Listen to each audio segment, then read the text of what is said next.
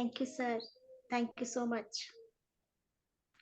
जब हमें ब्रह्म ज्ञानियों का संग मिलता है दोस्तों, तो जिंदगी बदल जाती है। हमें हर चीज की परख होने लगती है, हर चीज की हमें पहचान मिलने लगती है। तो दोस्तों, ऐसे ही हम अपने स्वाध्याय से भी आज सीखने वाले हैं कि हमारे जीवन में कितनी जल्दी बदलाव आते हैं जब हमारा जीवन बदलने लगता है। तो मैंने थोड़ा सा लिखा था, तो इसको आज हम पढ़ के उसको हम देखते हैं कि हम उससे क्या सीख पाए हैं। तो दोस्तों, मैंने लिखा है कि किसी भी रिश्ते और किसी भी परिस्थितियों को देखने का सबका अपना अलग अलग नजरिया होता है।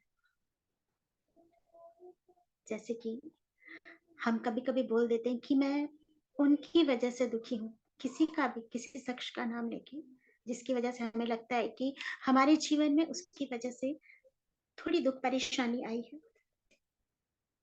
मैं ये मुझसे ये इनसे ये मुझे बहुत परेशान करते आए हैं इतने सालों से, इन्होंने मुझे बहुत दुख दिए हैं, या ये मुझसे जलते हैं, या ये सब मेरे साथ ऐसा ही करते आए हैं,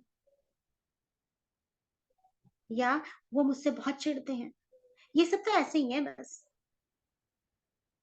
दोस्तों, जब कोई रिश्ता या परिस्थितियां हमारे सामने ऐसे आती है, तो वो एक सिस्टम होता है।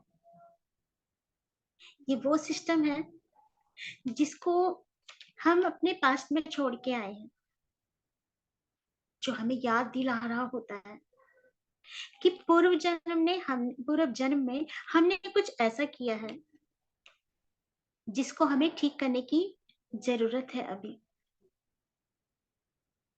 जैसा हमारे सामने आ रहा है, ठीक वैसा ही हम अपने पास्ट में पीछे कभी छोड़ के आए हैं। क्योंकि बिना ऐसा करे तो ये हो ही नहीं सकता है कि हमारी लाइफ में कोई भी आ जाए, किसी से भी हमें दुख मिलने लग जाए। वो छोड़ के आए हम कि हमें उसको अभी रिजॉल्व करने की आवश्यकता है। वो अभी रह चुका है ऐसा कुछ जिसे हमने रिजॉल्व करना है, जो अभी ठीक नहीं हुआ है, जिसको अभी ठीक होने की पूरी तरह से आवश्यकता है। इसको ठीक करे बगैर हम आगे बढ़ ही नहीं सकते, कतई भी नहीं बढ़ सकते, जब तक कि हम उसको पहले ठीक ना कर लें। अपने कर्मों को हम भूल चुके हैं दोस्तों, हम बेहोश हैं, अपने पास्ट के बारे में हम कुछ भी नहीं जानते, क्योंकि हमारे पहले से ही ये चीजें हमारे अब में आई है, जिसे कहते हैं ना पश्चाताप। पश्चात यानी कि पीछे के जो ताप कर्म है, दुख देने वाले कर्म है, वो हमारे जीवन में अब हमें दिख रहे हैं आगे, वो पीछे के कर्म। तो दोस्तों, इसके बारे में लिखा है कि आज जो भी हमारे साथ हो रहा है, वो हमारे पास से ही हमारी आत्मा में आ गया है। घटना के समय हमारी आत्मा ने इन सबको सीखने के लिए आत्मसार कर लिया था। इनको इनको हम माफी मांग कर ही रिजॉल्व कर सकते हैं। इसके लिए बताया कि दो तरीके हैं। पहला तरीका, जो हम ज्यादातर बोलते ही हैं, जैसे यूज करते हैं ना हम ज्यादातर, कि हमने जब भी किसी के साथ कुछ गलत किया हो, किसी को दुख दिया हो, कष्ट दिया हो, उसकी माफी मांगते हैं, है ना, और हमें माफ कर दीजिए, इस तरह के वर्ड। जैसे ओनोपोनो भी एक प्रेयर है, जिसमें बताया गया है कि जितने लोग हमसे दुखी हुए हैं, यानी कि आज हमें पता चल जाता है ना उनके बिहेवियर से, उनका बिहेवियर एक्चुअली हमारे सामने एक आईना है। तो उसने बताया था कि उन सब आत्माओं को हमने पहले आंखें बंद करके एक बुलाना है।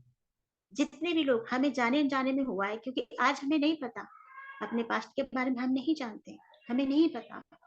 तो हम जब आंखें बंद करके प्रेयर करते हैं कि जिन जिन को आज जिसने भी जिस भी गलती की वजह से मैंने जिसका दिल दुखाया है, मैं उन सब से माफी मांगती हूँ कि जो भी हुआ वो मेरे कर्म और वचनों से ही हुआ है। ये बहुत सारे कर्म बना देते हैं। तो ये बताया है कि हम उस तरह से माफी मांगते हैं ना, माफ करने का ये एक तरीका है। इसके पीछे एक भाव होता है, गिल्टी का। ऐसा करने से हमारे कर्म बैलेंस हो जाए और हम आगे बढ़ जाते हैं, हमारा जीवन सुखी हो जाए और हमें राहत मिल जाए। ये चैलेंजेस है ना। इन चैलेंजेसों से हमें क्या मिल जाए, मुक्ति मिल जाए, जो हमको अपने किसी कर्म की वजह से मिल रही है। और जो दूसरा तरीका बताया है, दूसरे तरीके से हमारे भाव बदल जाते हैं। काम तो वही रहता है, वही हो रहा है, पर भाव बदल जाने से क्या बदल जाता है, रिजल्ट भी बदल जाता है। तो बताइए कि वो कौन से भाव हैं। तो इसमें बताया है कि हमसे किसी के साथ कुछ भी अन्याय हो गया है, जो दूसरा वाला भाव है। हमने उस जन्म में किसी की खुशियां छीन ली और इस वजह से आज जो आज है ना, वो पास्ट लाइफ में एनर्जी की वजह से इस जन्म में भी उसकी खुशियां हम छीन रहे हैं। जैसे कि हम तो उसको उल्टा ही बोलते हैं ना कि हम इसकी वजह से दुखी हैं, तो हमारे कर्म बन रहे हैं, वो और ज्यादा आगे हो रहे हैं। तो गुस्सा करने वाला इंसान, चिढ़ने वाला इंसान, जो भी हमारी लाइफ में है, जो हमें लग रहा है ना कि हमसे चिढ़ता है और ये बहुत ज्यादा गुस्सा हम पर करता है, वो इंसान, उस इंसान के बारे में सोचिए जरा कि वो इंसान जलन क्यों कर रहा है, क्यों चिढ़ रहा है। एक्चुअली हुआ है ऐसा है कि उसके अंदर हमारे लिए वही भाव है, चिढ़ने का, कूड़ने का और हमको भला बुरा कहने का भी। क्यों, वो उसे भी नहीं पता, एक्चुअली उसे भी नहीं पता कि वो ऐसा क्यों कर रहा है। कोई भी ऐसा इंसान जो हमारी कमियां निकाल रहा हो, क्या वो खुश रहता है? हमें लगता है कि वो खुश है, लेकिन वो खुद भी बहुत ज्यादा डिस्टर्ब है अंदर से, बहुत ज्यादा। जैसे ही वो हमारे सामने आएगा ना, वैसे ही उसकी एनर्जी काम करने लगेगी। हमको लगता है कि ये मेरे साथ ऐसा करता है, बाकी सबके साथ तो वो ठीक से व्यवहार करता है, पर उसका व्यवहार एक आईना है हमारे लिए। हमको याद दिला रहा है कि कुछ भी ऐसा पड़ा है जो अनरिजॉल्व है, जो मेरे लिए जरूरी है उसे ठीक करना, उसे हमें ठीक करना चाहिए।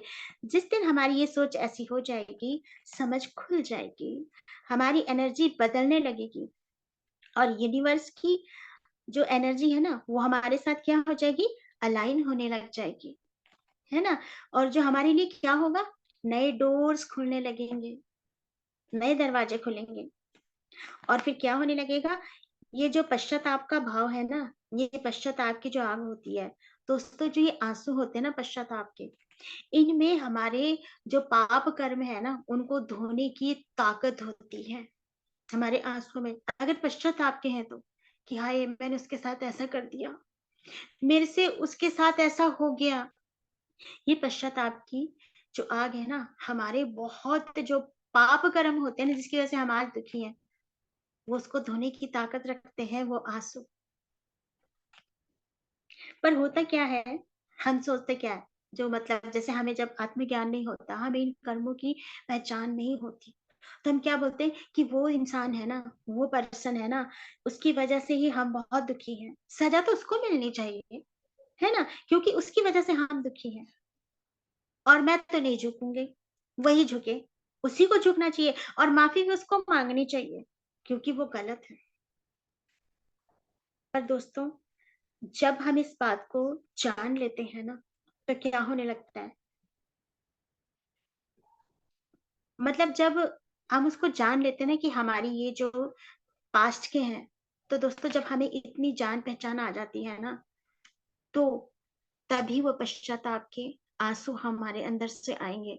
वैसे एक बात और हमने नोट करी है कि एक बारीक लाइन है, जब इस बारीक लाइन को समझ जाएंगे, तो कर्मा खुद ब खुद सेटल हो जाएगा।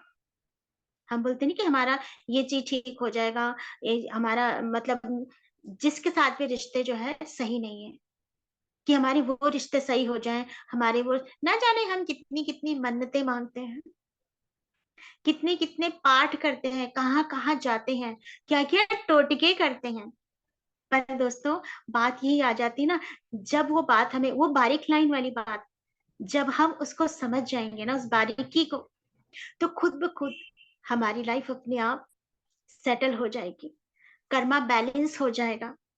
और जो कर्मा बैलेंस होने का मतलब है ना कि हमारे अंदर जो कर्मों कर्मों का बोझ होता है ना, हम उस बोझ को उतारना सीख जाएंगे। ये बोझ हमारी वजह से किसी और की एनर्जी में भी है, जो हमें लगता है ना कि वो हमसे चिढ़ता है या दुखी है। जब दोनों तरफ के बोझ उतरने लग जाएंगे तो हमारे सारे कर्मा बैलेंस हो जाएंगे। जैसे तराजू हमने सबने देखा ही है, उसके दो पलड़े होते हैं। एक में अगर हम बाट रख देते हैं ना, उसको तोलने वाला, हमें नहीं मालूम आप क्या कहते हैं, उसको तोलने वाला वो बाट है। जब हम उसको एक तरफ रखेंगे और दूसरी तरफ का तराजू खाली होगा, तो ऑब्वियसली वो बाट वाला नीचे होगा और खाली वाला ऊपर। और जब वो बाट उतर जाएगा ना, तो दोनों पलड़े इक्वल हो जाएंगे एक साथ। तो इसी तरह से जब ये रिजॉल्व करते हैं ना, तो हमने किसी जन्म में किसी कर्म की वजह से ये खुशियां उससे छीन ली है, वो जब हमें ये पता चल जाएगा ना, तो वो दोनों पलड़े इक्वल हो जाएंगे, बैलेंस में आ जाएंगे, क्योंकि हमने किसी जन्म में उसके साथ वैसा ही किया था, जो आज हमारे सामने वो रोल कर रहा है, जिसको हमें फेस करना पड़ रहा है। तो सोचो जरा, यही जो सोल है ना, जिसके अंदर वही दुख और दर्द और तब से है, जब से हमारे जीवन में, वो हमारी लाइफ में वो अपनी दर्द है, हमने जब उसे दिया था, वो उस समय से कैरी कर रहा है, उसको लेके आ रहा है अपने साथ, ना जाने कितने जन्मों में वो साथ लेके आ रहा है, तो उसमें कितना दर्द होगा। तो दोस्तों यही बात है, उसके अंदर में इतने सारे इमोशंस इकट्ठे हो गए, इतना ज्यादा दुख दर्द, जो अपने साथ वो कैरी करके जन्मों जन्मों से लेके आ रहा है, उसका बोझ, उसके ऊपर और लेयर में तो चढ़ी होगी ना ब्याज, है ना। तो उसके अंदर इतनी ज्यादा हैवी एनर्जी है कि, तो वो खुश कैसे रह पाएगा, ऐसी एनर्जी को साथ लेके आ रहा है, कैरी करके ला रहा है अभी तक, तो वो हमारी वजह से ही है ना। तो वो कैसे, मतलब वो जब खुद ही खुश नहीं है, तो हमें क्या खुशी दे पाएगा वो। मतलब उसे खुद को ही नहीं मालूम कि ऐसा मैं इसके साथ क्यों कर रहा हूँ, लेकिन कारण क्या है, कारण हम है। तो हमें ये बात को अच्छे से समझना पड़ता है। देखो एक बात चीज और है, कि कर्मा इतना छोटा नहीं है, इसकी जो चेन है ना, बहुत लंबी होती है। जितने जन्म चलते जाते हैं, उतना ब्याज इसके साथ बढ़ता जाता है, बढ़ता जाता है। इसलिए यदि हमें फॉरगिवनेस भी करते हैं ना, इस बात को समझकर, समझना पड़ेगा, और तब हम इस माफी को मांगेंगे कि हमारी वजह से किसी की खुशियां छीन गई थी, तो वो व्यक्ति भी अपने आप चेंज होने लग जाएगा। और ये हमारी ड्यूटी है कि इस शरीर के होते होते, रहते रहते, हमें उन कर्मों को रिजॉल्व करना है। तो दोस्तों ये एक छोटी सी बात है, पर देखें और इस पे वर्क करें तो ये बहुत ज्यादा है। समय कम है और काम ज्यादा है, तो हमें किस हिसाब से लगना चाहिए। जैसे हमें जाना बहुत दूर है और समय कम है, हमें उस टाइम पे वहां पहुंचना है, तो हमें गाड़ी को किसी स्पीड से चलाना चाहिए। तो हमें अपनी इस गाड़ी को उसी स्पीड से चलाना चाहिए दोस्तों। तो जो भी कोई गलती हो गई होगी, मैं माफी चाहती हूँ। और हमें इन बातों को सीखना है, और अपनी आत्मा में हमें जो बोझ है उसको उतारना है, इन चीजों को हमने ग्रहण करना है दोस्तों। तो thank you so much sir.